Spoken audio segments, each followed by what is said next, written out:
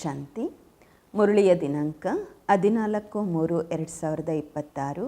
ಪ್ರಾತಃ ಮುರಳಿ ಬಾಪ್ದಾದ ಮಧುಬನ. ತಂದೆ ತಿಳಿಸುತ್ತಾರೆ, ಮಧುರ ಮಕ್ಕಳೇ, ಒಬ್ಬ ತಂದೆಯೇ ನಂಬರ್ 1 ಪಾತ್ರಧಾರಿಯಾಗಿದ್ದಾರೆ. ಅವರು ಪತಿತರನ್ನು ಪಾವನ ಮಾಡುವ ಪಾತ್ರ ಮಾಡುತ್ತಾರೆ. ತಂದೆಯ ಪಾತ್ರದಂತೆ ಮತ್ತಾರೂ ಮಾಡಲು ಸಾಧ್ಯವಿಲ್ಲ. ಬಾಬಾ ಏನು ಪಾತ್ರ ಮಾಡ್ತಾರೆ ಆ ಥರ ಯಾರೂ ಮಾಡಲು ಸಾಧ್ಯವಿಲ್ಲ. ಪ್ರಶ್ನೆ: ಸನ್ಯಾಸಿಗಳ ಯೋಗ ಶಾರೀರಿಕ ಯೋಗವಾಗಿದೆ. ಆತ್ಮಿಕ ಯೋಗವನ್ನು ತಂದೆಯೇ ಕಲಿಸುತ್ತಾರೆ, ಹೇಗೆ? ಉತ್ತರ: ಸನ್ಯಾಸಿಗಳು ಬ್ರಹ್ಮತತ್ವದ ಜೊತೆ ಯೋಗ ಜೋಡಿಸುವುದನ್ನು ಕಲಿಸುತ್ತಾರೆ.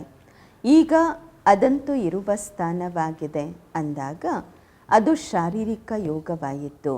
ತತ್ವಗಳಿಗೆ ಸುಪ್ರೀಂ ಎಂದು ಹೇಳಲಾಗುವುದಿಲ್ಲ. ತಾವು ಮಕ್ಕಳು ಸುಪ್ರೀಂ ಆತ್ಮ ಶಿವ ತಂದೆಯ ಜೊತೆ ಸಂಬಂಧವನ್ನು ಜೋಡಿಸುತ್ತೀರಾ. ಆದ್ದರಿಂದ ತಮ್ಮ ಯೋಗ ಆತ್ಮಿಕ ಯೋಗವಾಗಿದೆ. ಈ ಯೋಗವನ್ನು ತಂದೆಯೇ ಕಲಿಸಲು ಸಾಧ್ಯ, ಮತ್ತಾರೂ ಸಹ ಕಲಿಸಲಾಗುವುದಿಲ್ಲ. ಏಕೆಂದರೆ ಅವರೇ ತಮ್ಮ ಆತ್ಮಿಕ ತಂದೆಯಾಗಿದ್ದಾರೆ. ಗೀತೆ: ನೀವು ಪ್ರೀತಿಯ ಸಾಗರ ಆಗಿದ್ದೀರಾ ಬಾಬಾ. ಓಂ ಶಾಂತಿ. ಮಕ್ಕಳೇ, ಬಹಳಷ್ಟು ಜನ ಹೇಳುತ್ತಾರೆ ಓಂ ಶಾಂತಿ ಎಂದು. ಅಂದರೆ ಅರ್ಥ ತಮ್ಮ ಆತ್ಮನ ಪರಿಚಯವನ್ನು ಕೊಡುತ್ತಾರೆ, ಆದರೆ ಸ್ವಯಂ ತಿಳಿದುಕೊಂಡಿಲ್ಲ. ಓಂ ಶಾಂತಿಯ ಅರ್ಥ ಬಹಳಷ್ಟು ತೆಗೆಯುತ್ತಾರೆ. ಕೆಲವರು ಹೇಳುತ್ತಾರೆ ಓಂ ಎಂದರೆ ಭಗವಂತ ಎಂದು, ಆದರೆ ಅಲ್ಲ. ಆತ್ಮ ಹೇಳುತ್ತೆ ಓಂ ಶಾಂತಿ ಎಂದು. ನಾನು ಆತ್ಮನ ಸ್ವಧರ್ಮವಾಗಿದೆ ಶಾಂತಿ. ಆದ್ದರಿಂದ ಹೇಳುತ್ತಾರೆ ನಾನು ಶಾಂತ ಸ್ವರೂಪ, ಇದು ನನ್ನ ಶರೀರವಾಗಿದೆ, ಇದರಿಂದ ನಾವು ಕರ್ಮ ಮಾಡುತ್ತೇವೆ ಎಂದು. ಎಷ್ಟು ಸಹಜ. ಹಾಗೆ ತಂದೆಯೂ ಹೇಳುತ್ತಾರೆ ಓಂ ಶಾಂತಿ. ಆದರೆ ನಾನು ಎಲ್ಲರಿಗೂ ತಂದೆಯಾಗಿರುವ ಕಾರಣ, ಬೀಜ ರೂಪವಾಗಿರುವ ಕಾರಣ, ನಾನು ಏನು ರಚನೆ ರೂಪಿ ವೃಕ್ಷವನ್ನು ರಚಿಸಿದ್ದೇನೆ, ಕಲ್ಪವೃಕ್ಷ, ಅದರ ಆದಿ ಮಧ್ಯ ಅಂತ್ಯವನ್ನು ತಿಳಿದುಕೊಂಡಿದ್ದೇನೆ. ಹೇಗೆ ತಾವು ಯಾವುದೇ ವೃಕ್ಷವನ್ನು ನೋಡುತ್ತೀರಾ, ಅದರ ಆದಿ ಮಧ್ಯ ಅಂತ್ಯವನ್ನು ತಿಳಿದುಕೊಳ್ಳುತ್ತೀರಾ. ಆ ಬೀಜವಂತೂ ಜಡವಾಗಿದೆ. ತಂದೆ ತಿಳಿಸುತ್ತಾರೆ ಇದು ಕಲ್ಪವೃಕ್ಷವಾಗಿದೆ. ಇದರ ಆದಿ ಮಧ್ಯ ಅಂತ್ಯವನ್ನು ತಾವು ತಿಳಿದುಕೊಂಡಿಲ್ಲ. ನಾನು ತಾವು ಮಕ್ಕಳಿಗೆ ಕುಳಿತು ಆದಿ ಮಧ್ಯ ಅಂತ್ಯದ ರಹಸ್ಯವನ್ನು ತಿಳಿಸುತ್ತಿದ್ದೇನೆ. ಇದು ಯಾವ ನಾಟಕವಿದೆ, ಇದಕ್ಕೆ ಡ್ರಾಮಾ ಎಂದು ಹೇಳಲಾಗುವುದು. ತಾವು ಪಾತ್ರಧಾರಿಗಳಾಗಿದ್ದೀರಾ. ಬಾಬಾ ಹೇಳುತ್ತಾರೆ ನಾನು ಸಹ ಪಾತ್ರಧಾರಿಯಾಗಿದ್ದೇನೆ. ಮಕ್ಕಳು ಹೇಳುತ್ತೀರಾ ಏ ಬಾಬಾ ಪತಿತ ಪಾವನ, ಪಾತ್ರಧಾರಿಯಾಗಿ ಬನ್ನಿ, ಪತಿತರನ್ನು ಪಾವನ ಮಾಡಿ ಎಂದು. ಈಗ ತಂದೆ ಹೇಳುತ್ತಾರೆ ನಾನು ಪಾತ್ರ ಮಾಡುತ್ತಿದ್ದೇನೆ. ನನ್ನ ಪಾತ್ರ ಕೇವಲ ಈ ಸಂಗಮದ ಸಮಯದಲ್ಲಿಯೇ ಇದೆ. ಅದು ಸಹ ನನಗೆ ನನ್ನದೇ ಆದ ಶರೀರವೂ ಇಲ್ಲ. ನಾನು ಈ ಶರೀರದ ಮೂಲಕ, ಬ್ರಹ್ಮರವರ ಶರೀರದ ಮೂಲಕ ಪಾತ್ರ ಮಾಡುತ್ತೇನೆ. ನನ್ನ ಹೆಸರು ಶಿವ ಆಗಿದೆ. ಮಕ್ಕಳಿಗೆ ತಿಳಿಸಲಾಗುತ್ತೆ ಅಲ್ವಾ, ಪಾಠಶಾಲೆ ಮಂಗಗಳದು ಅಥವಾ ಪ್ರಾಣಿಗಳದು ಇರುವುದಿಲ್ಲ. ಆದರೆ ತಂದೆ ಹೇಳುತ್ತಾರೆ ಈ ಪಂಚವಿಕಾರಗಳಿರುವ ಕಾರಣ ಮುಖ ಬಲೆ ಮನುಷ್ಯರದಿದೆ, ಆದರೆ ಕರ್ತವ್ಯ ಮಂಗಗಳಂತೆ ಇದೆ. ತಾವು ಮಕ್ಕಳಿಗೆ ತಂದೆ ತಿಳಿಸುತ್ತಾರೆ ಪತಿತರಂತೂ ಎಲ್ಲರೂ ತಮ್ಮನ್ನು ತಾವು ಹೇಳಿಕೊಳ್ಳುತ್ತಾರೆ, ಆದರೆ ಇದನ್ನು ತಿಳಿದುಕೊಂಡಿಲ್ಲ ನಮ್ಮನ್ನು ಪತಿತ ಮಾಡಿದವರು ಯಾರು ಮತ್ತು ಪಾವನರನ್ನಾಗಿ ಮಾಡುವವರು ಯಾರು. ಭಗವಂತ ಬಂದು ಹೇಗೆ ಪಾವನ ಮಾಡುತ್ತಾರೆ, ಪತಿತ ಪಾವನ ಯಾರು, ಯಾರನ್ನು ನಾವು ಕರೆಯುತ್ತೇವೆ, ಏನನ್ನು ತಿಳಿದುಕೊಂಡಿಲ್ಲ. ಇದನ್ನು ತಿಳಿದುಕೊಂಡಿಲ್ಲ. ನಾವೆಲ್ಲರೂ ಪಾತ್ರಧಾರಿಗಳಾಗಿದ್ದೇವೆ. ನಾವು ಆತ್ಮರು ಈ ಶರೀರ ರೂಪಿ ಬಟ್ಟೆಯನ್ನು ಧರಿಸಿ ಪಾತ್ರ ಮಾಡುತ್ತಿದ್ದೇವೆ. ಆತ್ಮ ಪರಮಧಾಮದಿಂದ ಬಂದಿದೆ, ಪಾತ್ರ ಮಾಡುತ್ತಿದೆ. ಭಾರತದ ಮೇಲೆಯೇ ಪೂರ್ತಿ ಆಟ ತಯಾರಾಗಿದೆ. ಭಾರತ ಪಾವನವಾಗಿತ್ತು. ಭಾರತವನ್ನು ಪತಿತ ಮಾಡಿದವರು ಯಾರು? ರಾವಣ. ಗಾಯನವೂ ಇದೆ ಲಂಕೆಯಲ್ಲಿ ರಾವಣನ ರಾಜ್ಯವಿತ್ತು ಎಂದು. ತಂದೆ ಬೇಹದ್ದಿನಲ್ಲಿ ಕರೆದುಕೊಂಡು ಹೋಗುತ್ತಾರೆ. ಏ ಮಕ್ಕಳೇ, ಈ ಪೂರ್ತಿ ಸೃಷ್ಟಿ ಬೇಹದ್ದಿನ ದ್ವೀಪವಾಗಿದೆ. ಅದು ಹದ್ದಿನ ಲಂಕೆಯಾಗಿದೆ. ಈ ಬೇಹದ್ದಿನ ದ್ವೀಪದಲ್ಲಿ ರಾವಣನ ರಾಜ್ಯವಿದೆ. ಮೊದಲು ರಾಮ ರಾಜ್ಯವಿತ್ತು, ಈಗ ರಾವಣ ರಾಜ್ಯವಿದೆ. ಮಕ್ಕಳು ಹೇಳುತ್ತಾರೆ, ಬಾಬಾ ರಾಮರಾಜ್ಯ ಎಲ್ಲಿತ್ತು ಎಂದು. ಬಾಬಾ ಹೇಳುತ್ತಾರೆ, ಮಕ್ಕಳೇ ಅದಂತೂ ಇಲ್ಲೇ ಇತ್ತು ಅಲ್ವಾ? ಅದನ್ನು ಎಲ್ಲರೂ ಬಯಸುತ್ತಾರೆ. ತಾವು ಭಾರತವಾಸಿಗಳು ಆದಿ ಸನಾತನ ದೇವಿ ದೇವತಾ ಧರ್ಮದವರಾಗಿದ್ದೀರಿ. ಹಿಂದೂ ಧರ್ಮ ಅಲ್ಲ, ಸನಾತನ ಧರ್ಮದವರಾಗಿದ್ದೀರಿ. ಮಧುರಾತಿ ಮಧುರ ಅಪರೂಪದ ಮುದ್ದು ಮಕ್ಕಳೇ, ತಾವೇ ಮೊಟ್ಟ ಮೊದಲು ಭಾರತದಲ್ಲಿ ಇದ್ದೀರಿ. ತಮಗೆ ಆ ಒಂದು ಸತ್ಯಯುಗದ ರಾಜ್ಯವನ್ನು ಯಾರು ಕೊಟ್ಟಿದ್ದರು? ಅವಶ್ಯವಾಗಿ ಸ್ವರ್ಗದ ರಚಯಿತ ಬಾಬಾರವರೇ ಈ ಆಸ್ತಿಯನ್ನು ಕೊಟ್ಟಿದ್ದರು.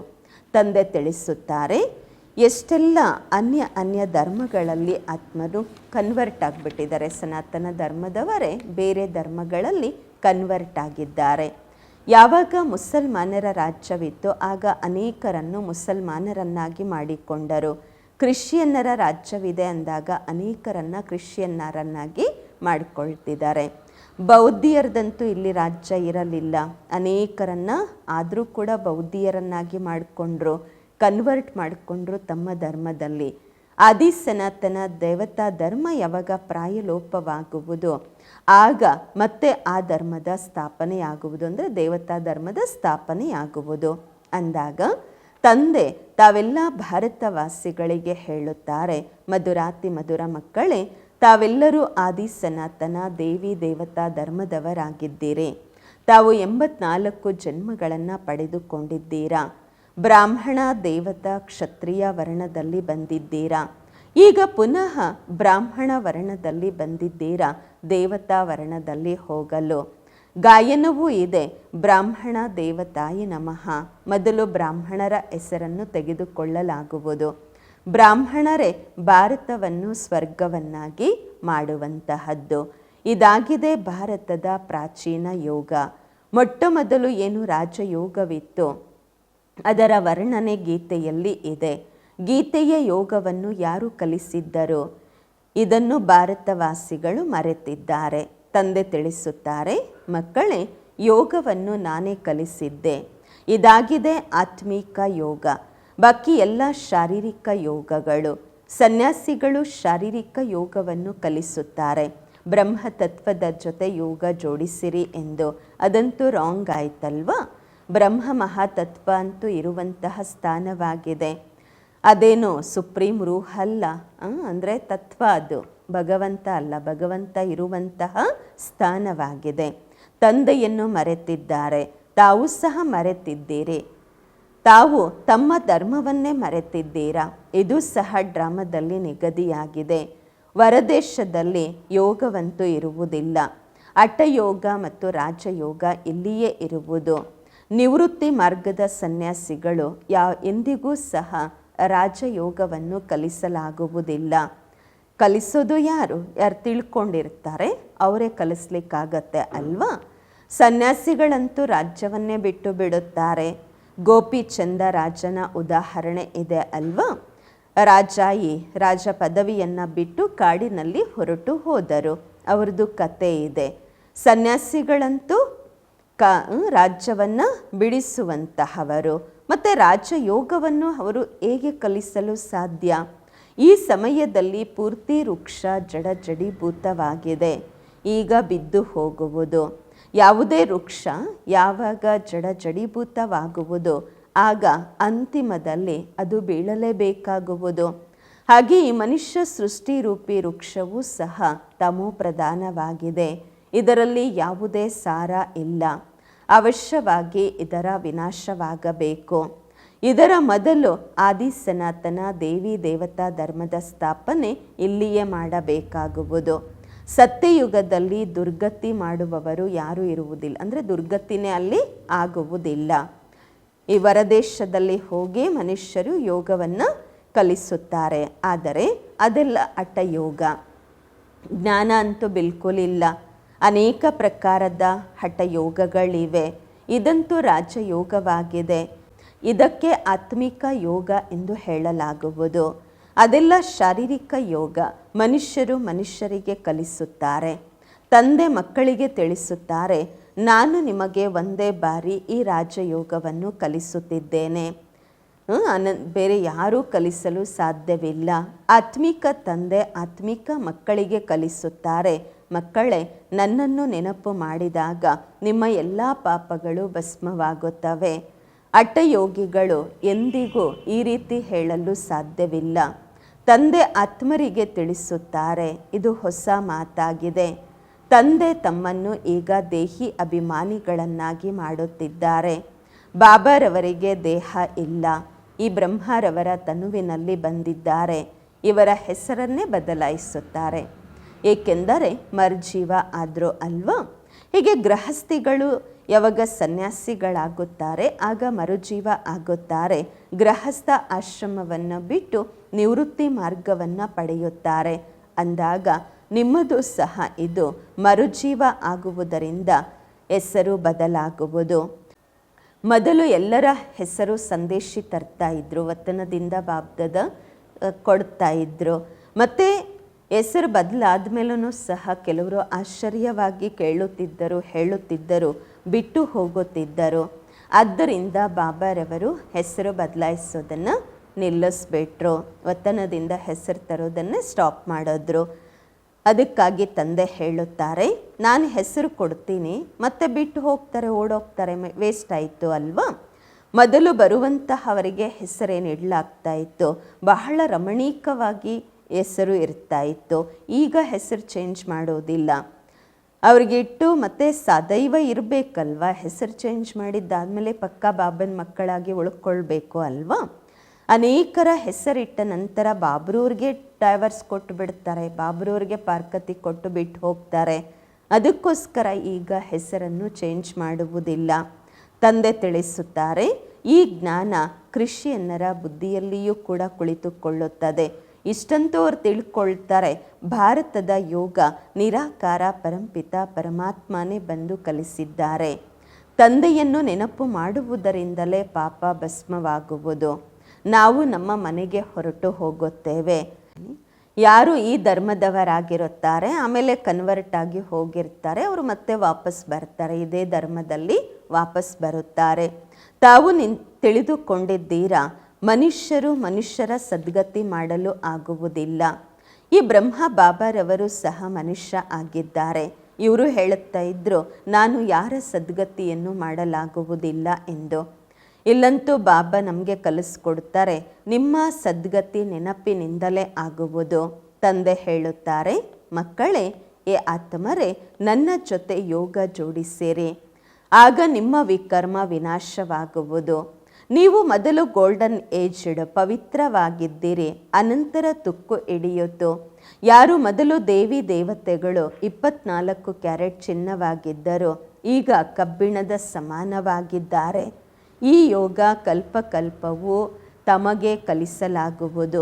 ತಾವು ತಿಳಿದುಕೊಂಡಿದ್ದೀರಾ, ಅದರಲ್ಲಿಯೂ ಸಹ ಯಾರು ಪೂರ್ಣವಾಗಿ ತಿಳಿದುಕೊಳ್ಳುತ್ತಾರೆ. ಕೆಲವರಂತೂ ಪೂರ್ಣವಾಗಿ ತಿಳ್ಕೊಳ್ತಾರೆ, ಕೆಲವರು ಕಡಿಮೆ ತಿಳಿದುಕೊಳ್ಳುತ್ತಾರೆ, ಕೆಲವರಂತೂ ಸುಮ್ಮನೆ ನೋಡಲು ಬರುತ್ತಾರೆ, ಇಲ್ಲೇನು ಕಲಿಸ್ಕೊಡ್ತಾರೆ ಎಂದು.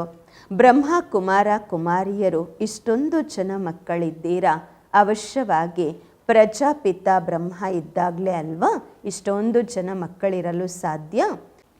ಅವಶ್ಯವಾಗಿ ಏನೇ ಇದ್ದರೂ ಸಹ ಬಂದು ಕೇಳಿ ಅಲ್ವಾ, ಯಾರೆಲ್ಲಿರ್ತಾರೆ ಕೇಳಿ. ತಮಗೆ ಪ್ರಜಾಪಿತ ಬ್ರಹ್ಮರವರಿಂದ ಏನು ಸಿಕ್ಕಿದೆ ಅಂತ ಹೇಳಿ ಕೇಳಬೇಕಲ್ವಾ. ಆದರೆ ಅಷ್ಟು ಬುದ್ಧಿನೂ ಇರೋದಿಲ್ಲ, ಕೇಳೋದು ಇಲ್ಲ, ಸುಮ್ಮನೆ ನೋಡಲಿಕ್ಕೆ ಬರ್ತಾರೆ. ಭಾರತಕ್ಕೋಸ್ಕರ ಕಾಸ್ ಹೇಳಲಾಗಿದೆ, ಗಾಯನವೂ ಮಾಡಲಾಗುತ್ತೆ. ಕಲ್ಲು ಬುದ್ಧಿ ಉಳ್ಳವರಿಂದ ಪಾರಸ ಬುದ್ಧಿ ಉಳ್ಳವರು, ಪಾರಸ ಬುದ್ಧಿ ಉಳ್ಳವರಿಂದ ಅನಂತರ ಕಲ್ಲು ಬುದ್ಧಿ ಉಳ್ಳವರಾಗುತ್ತಾರೆ. ಸತ್ಯಯುಗ ತ್ರೇತಾಯುಗದಲ್ಲಿ ಪಾರಸ ಬುದ್ಧಿ ಉಳ್ಳವರು ಗೋಲ್ಡನ್ ಏಜ್ಡ್ ಆಗಿರುತ್ತಾರೆ. ಅನಂತರ ಸಿಲ್ವರ್ ಏಜ್, 2 ಕಲೆಗಳು ಕಡಿಮೆ ಆಗತ್ತೆ. ಆದ್ದರಿಂದ ಹೆಸರಿದೆ ಚಂದ್ರವಂಶೀಯರೆಂದು, ಏಕೆಂದರೆ ಫೇಲ್ ಆಗಿರುತ್ತಾರೆ. ಇದು ಪಾಠಶಾಲೆಯಾಗಿದೆ. 33 ಅಂಕಗಳಿಗಿಂತ ಕೆಳಗೆ ಇದ್ದರೆ ಅವರು ಫೇಲ್ ಆಗ್ತಾರಲ್ವ. ಪಾಸ್ ಮಾರ್ಕ್ಸು 33 ಇರುತ್ತೆ, ಇನ್ನು ಕಡಿಮೆ ತಗೊಂಡ್ರು ಅಂದರೆ ಫೇಲ್ ಆಗ್ತಾರೆ. ರಾಮ ಸೀತೆ ಅನಂತರ ಅವರ ಮನೆತನ ಸಂಪೂರ್ಣ ಅಲ್ಲ, ಆದ್ದರಿಂದ ಸೂರ್ಯವಂಶದವರು ಆಗುವುದಿಲ್ಲ. ಫೇಲ್ ಅಂತೂ ಆಗ್ತಾರೆ ಅಲ್ವಾ, ಏಕೆಂದರೆ ಪರೀಕ್ಷೆ ಬಹಳ ದೊಡ್ಡದಿದೆ. ಮೊದಲು ಸರ್ಕಾರದ ICS IASನ ದೊಡ್ಡ ಪರೀಕ್ಷೆ ನಡೀತಾ ಇತ್ತು. ಎಲ್ಲರೂ ಓದಲಿಕ್ಕಾಗ್ತಾ ಇರಲಿಲ್ಲ. ಕೋಟಿಯಲ್ಲೂ ಕೆಲವರಷ್ಟೇ ತಯಾರಾಗ್ತಾ ಇದ್ರು. ಕೆಲವರು ಬಯಸ್ತಾರೆ ನಾವು ಸೂರ್ಯವಂಶಿ ಮಹಾರಾಜ ಮಹಾರಾಣಿ ಆಗಬೇಕೆಂದು. ಅಂದಾಗ ಅಷ್ಟು ಪುರುಷಾರ್ಥನೂ ಮಾಡಬೇಕು, ಅಷ್ಟು ದೊಡ್ಡ ಪರಿಶ್ರಮವೂ ಸಹ ಬೇಕು ಅಲ್ವಾ. ಮಮ್ಮ ಬಾಬಾರವರು ಓದುತ್ತಿದ್ದಾರೆ ತಂದೆಯ ಶ್ರೀಮತದಂತೆ. ಯಾರು ಮೊದಲ ನಂಬರಲ್ಲಿ ಓದುತ್ತಾರೆ ಅವರೇ ತಂದೆ ತಾಯಿಯನ್ನು ಫಾಲೋ ಮಾಡುತ್ತಾರೆ. ಅವರೇ ಅವರ ಸಿಂಹಾಸನದಲ್ಲಿ ಕುಳಿತುಕೊಳ್ಳುತ್ತಾರೆ. ಸೂರ್ಯವಂಶಿ 8 ಮನೆತನಗಳು ನಡೆಯುತ್ತವೆ. ಹೇಗೆ ಎಡ್ವರ್ಡ್ ದಿ ಫಸ್ಟ್, ಸೆಕೆಂಡ್ ಅಂತ ನಡೆಯುತ್ತೆ. ಕ್ರಿಶ್ಚಿಯನ್ ಮನೆತನದವರು ಭಾರತದ ರಾಜ್ಯವನ್ನು ಕಸಿದುಕೊಂಡಿದ್ದಾರೆ. ಭಾರತದ ಅಪಾರವಾದ ಧನವನ್ನು ತೆಗೆದುಕೊಂಡು ಹೋಗಿದ್ದಾರೆ. ಮತ್ತು ವಿಚಾರ ಮಾಡಿ, ಸತ್ಯಯುಗದಲ್ಲಿ ಎಷ್ಟು ಅಪಾರ ಧನವಿರಬಹುದು. ಅಲ್ಲಿನ ಹೋಲಿಕೆಯಲ್ಲಿ ಇಲ್ಲಿ ಏನೂ ಇಲ್ಲ. ಅಲ್ಲಿ ಎಲ್ಲ ಗಣಿಗಳು ಭರ್ಪೂರಾಗಿರುತ್ತವೆ ಸತ್ಯಯುಗದಲ್ಲಿ. ಈಗಂತೂ ಪ್ರತಿ ವಸ್ತುವಿನ ಗಣಿಗಳು ಖಾಲಿ ಆಗಿವೆ. ನಂತರ ಚಕ್ರ ಪುನರಾವರ್ತನೆ ಆಗುವುದು, ರಿಪೀಟ್ ಆಗುವುದು. ಎಲ್ಲ ಗಣಿಗಳು ಭರ್ಪೂರಾಗುತ್ತವೆ. ಮಧುರಾತಿ ಮಧುರ ಮಕ್ಕಳೇ, ತಾವು ಈಗ ರಾವಣನ ಮೇಲೆ ವಿಜಯ ಪಡೆದು ರಾಜ್ಯವನ್ನು ಪಡೆಯುತ್ತಿದ್ದೀರಾ. ನಂತರ ಅರ್ಧ ಕಲ್ಪದ ನಂತರ ಈ ರಾವಣ ಬರುತ್ತಾರೆ. ನಂತರ ತಾವು ರಾಜ್ಯವನ್ನು ಕಳೆದುಕೊಂಡು ಕುಳಿತುಕೊಳ್ಳುತ್ತೀರಾ. ಈಗ ಭಾರತವಾಸಿಗಳು ತಾವು ಕವಡೆಗಳ ಸಮಾನ ಆಗಿದ್ದೀರಾ. ನಾನು ನಿಮ್ಮನ್ನು ವಜ್ರದ ಸಮಾನ ಹೇಗೆ ಮಾಡುವುದು ಅದನ್ನು ಈಗ ತಿಳಿದುಕೊಳ್ಳುತ್ತಿದ್ದೀರಾ. ರಾವಣ ನಿಮ್ಮನ್ನು ಕವಡೆಗಳ ಸಮಾನ ಮಾಡಿದ್ದಾರೆ. ತಿಳಿದುಕೊಳ್ಳುವುದೇ ಇಲ್ಲ ರಾವಣ ಯಾವಾಗ ಬರುತ್ತಾರೆಂದು. ನಾವು ಯಾಕೆ ರಾವಣನನ್ನು ಸುಡುತ್ತೇವೆ ಎಂದು ಗೊತ್ತಿಲ್ಲ. ಹೇಳ್ತಾರೆ ಈ ರಾವಣ ಪರಂಪರೆಯಿಂದ ಸುಡೋದು ನಡ್ಕೊಂಡು ಬಂದಿದೆ. ರಾವಣನ ಗೊಂಬೆ ಮಾಡಿ ಸುಡುವಂಥದ್ದು ಪರಂಪರೆಯಿಂದ ನಡೆದು ಬಂದಿದೆ ಎಂದು ತಿಳಿದುಕೊಳ್ಳುತ್ತಾರೆ. ತಂದೆ ತಿಳಿಸುತ್ತಾರೆ, ಅರ್ಧ ಕಲ್ಪದ ನಂತರ ಈ ರಾವಣ ರಾಜ್ಯ ಪ್ರಾರಂಭವಾಗುವುದು. ವಿಕಾರಿಗಳಾಗುವ ಕಾರಣ ತಮ್ಮನ್ನು ತಾವು ದೇವಿ ದೇವತೆಗಳೆಂದು ಹೇಳುವುದಿಲ್ಲ. ವಾಸ್ತವದಲ್ಲಿ ತಾವು ದೇವಿ ದೇವತಾ ಧರ್ಮದವರಾಗಿದ್ದೀರಾ. ನಿಮ್ಮಷ್ಟು ಸುಖ ಮತ್ತಾರೂ ಸಹ ನೋಡಲಾಗುವುದಿಲ್ಲ. ಎಲ್ಲರಿಗಿಂತ ಅಧಿಕ ಬಡವರು ನೀವೇ ಆಗುತ್ತೀರಾ. ಅನ್ಯ ಧರ್ಮದವರು ನಂತರ ವೃದ್ಧಿ ಹೊಂದುತ್ತಾರೆ. ಕ್ರೈಸ್ತ ಬರ್ತಾರೆ, ತಮ್ಮ ಧರ್ಮ ಸ್ಥಾಪನೆ ಮಾಡ್ತಾರೆ.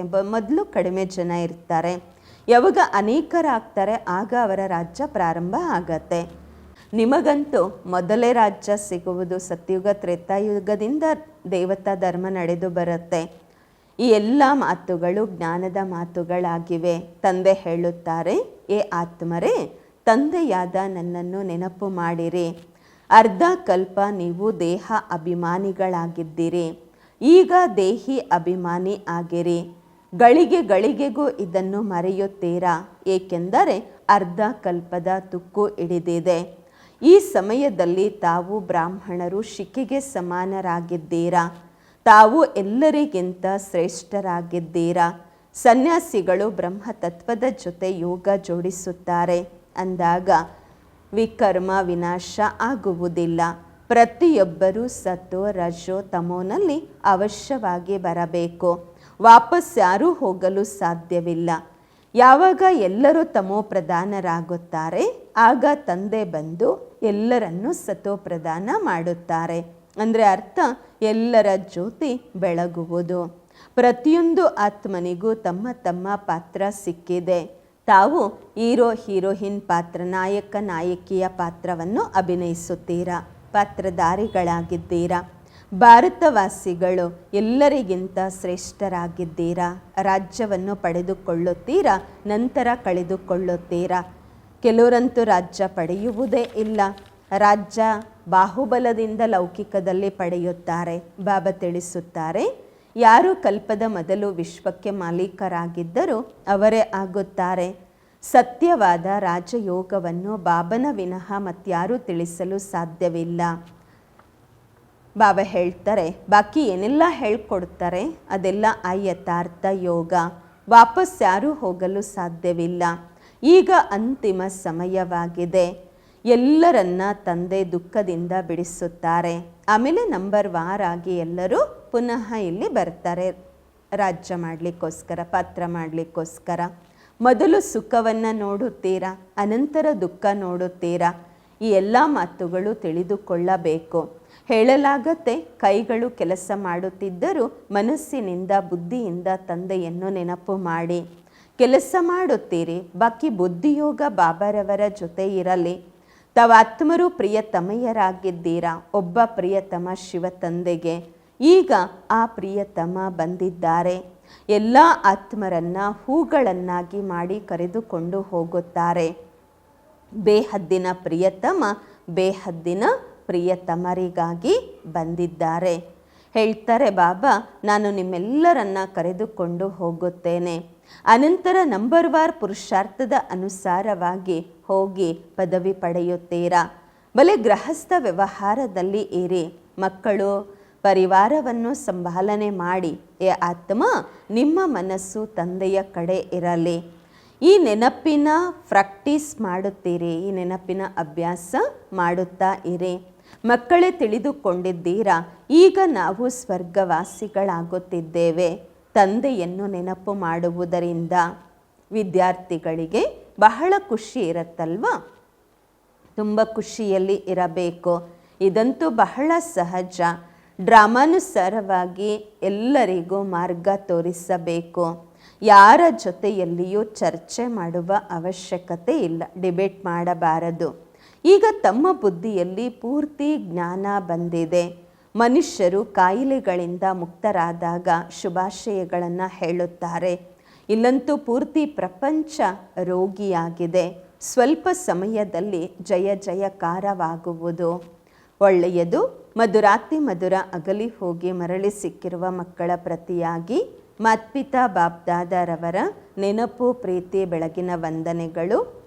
ಆತ್ಮಿಕ ಮಕ್ಕಳಿಗೆ ಆತ್ಮಿಕ ತಂದೆಯ ನಮಸ್ಕಾರಗಳು. ನಾವು ಆತ್ಮಿಕ ಮಕ್ಕಳಿಂದ ಆತ್ಮಿಕ ಮಾತ್ಪಿತಾ ಬಾಪ್ದಾದರವರಿಗೆ ನೆನಪು, ಪ್ರೀತಿ, ಬೆಳಗಿನ ವಂದನೆಗಳು ಹಾಗೂ ನಮಸ್ಕಾರಗಳು. ಧನ್ಯವಾದಗಳು ಬಾಬಾ. ಧಾರಣೆಗಾಗಿ ಮುಖ್ಯ ಸಾರ. ಫಸ್ಟ್ ಪಾಯಿಂಟು, ಸತ್ಯ ಸತ್ಯ ಪ್ರಿಯತಮೆಯರಾಗಿ ಕೈಗಳಿಂದ ಕೆಲಸ ಮಾಡುತ್ತಿದ್ದರೂ ಬುದ್ಧಿಯಲ್ಲಿ ಪ್ರಿಯತಮ ಶಿವ ತಂದೆಯನ್ನು ನೆನಪು ಮಾಡುವ ಅಭ್ಯಾಸ ಮಾಡಬೇಕು. ತಂದೆಯ ನೆನಪಿನಿಂದ ನಾವು ಸ್ವರ್ಗವಾಸಿಗಳಾಗುತ್ತಿದ್ದೇವೆ. ಈ ಖುಷಿಯಲ್ಲಿ ಇರಬೇಕು. ಎರಡನೇ ಪಾಯಿಂಟು, ಸೂರ್ಯವಂಶಿ ಮನೆತನದಲ್ಲಿ ಸಿಂಹಾಸನಕ್ಕೆ ಅಧಿಕಾರಿಗಳಾಗಲು ತಂದೆ ತಾಯಿಯನ್ನು ಪೂರ್ಣ ಅನುಸರಿಸಬೇಕು. ತಂದೆಯ ಸಮಾನ ಜ್ಞಾನಪೂರ್ಣರಾಗಿ ಎಲ್ಲರಿಗೂ ಮಾರ್ಗ ತೋರಿಸಬೇಕು. ಸೂರ್ಯವಂಶಿ ಮನೆತನದಲ್ಲಿ ಸಿಂಹಾಸನ ಅಧಿಕಾರಿಗಳಾಗಲು ತಂದೆ ತಾಯಿಯನ್ನು ಪೂರ್ತಿಯಾಗಿ ಅನುಸರಿಸಬೇಕು. ತಂದೆಯ ಸಮಾನ ಜ್ಞಾನಪೂರ್ಣರಾಗಿ ಎಲ್ಲರಿಗೂ ಮಾರ್ಗ ತೋರಿಸಬೇಕು. ವರದಾನ, ಕಿರೀಟ ಮತ್ತು ತಿಲಕವನ್ನು ಧಾರಣೆ ಮಾಡಿಕೊಂಡು ಬಾಪ್ದಾದರವರ ಸಹಯೋಗಿ ಆಗುವಂತಹ ಹೃದಯ ಸಿಂಹಾಸನ ಅಧಿಕಾರಿ ಆಗಿರಿ. ಕಿರೀಟ ಮತ್ತು ತಿಲಕವನ್ನು ಧಾರಣೆ ಮಾಡಿಕೊಂಡು ಬಾಪ್ದಾದರವರ ಸಹಯೋಗಿ ಆಗುವಂತಹ ಹೃದಯ ಸಿಂಹಾಸನ ಅಧಿಕಾರಿ ಆಗಿರಿ.